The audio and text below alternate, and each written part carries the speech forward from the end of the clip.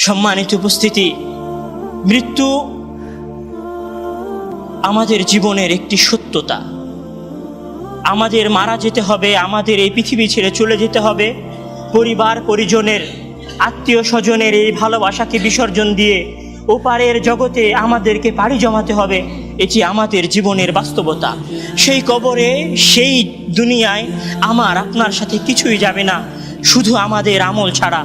বিশ্বাস করুন, মৃত্যু আপনার জীবনে যে কোনো সময় উপস্থিত হতে পারে। আপনি আপনার বিবেককে জিজ্ঞাসা করুন, আপনি এই মৃত্যুর জন্য প্রস্তুত কিনা।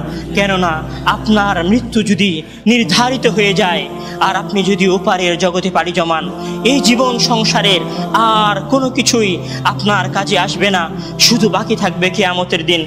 فَأَمَّا مَنْ أُوتِيَ كِتَابَهُ بِيَمِينِهِ فَيَقُولُ هَاؤُمُ اقْرَءُوا كِتَابِيَهْ وَأَمَّا مَنْ أُوتِيَ كِتَابَهُ بِشِمَالِهِ فَيَقُولُ يَا لَيْتَنِي لَمْ أُوتَ كِتَابِيَهْ وَلَمْ أَدْرِ مَا حِسَابِيَهْ يَا لَيْتَهَا كَانَتِ الْقَاضِيَةَ مَا أَغْنَى عَنِّي مَالِيَهْ هَلَكَ عَنِّي سُلْطَانِيَهْ। সেই দিন আসার পূর্বেই, যেই দিন কারো শাফাআত কোনো কাজে লাগবে না, যেই দিন আপনার অর্থ সম্পদ, আপনার রাজত্ব, আপনার ভোগ বিলাসের সামগ্রী কোনো কাজে আসবে না, সেই দিন আসার পূর্বে প্রস্তুতি গ্রহণ করুন। কেননা আপনি জানেন না আপনার মৃত্যু কখন উপস্থিত হবে।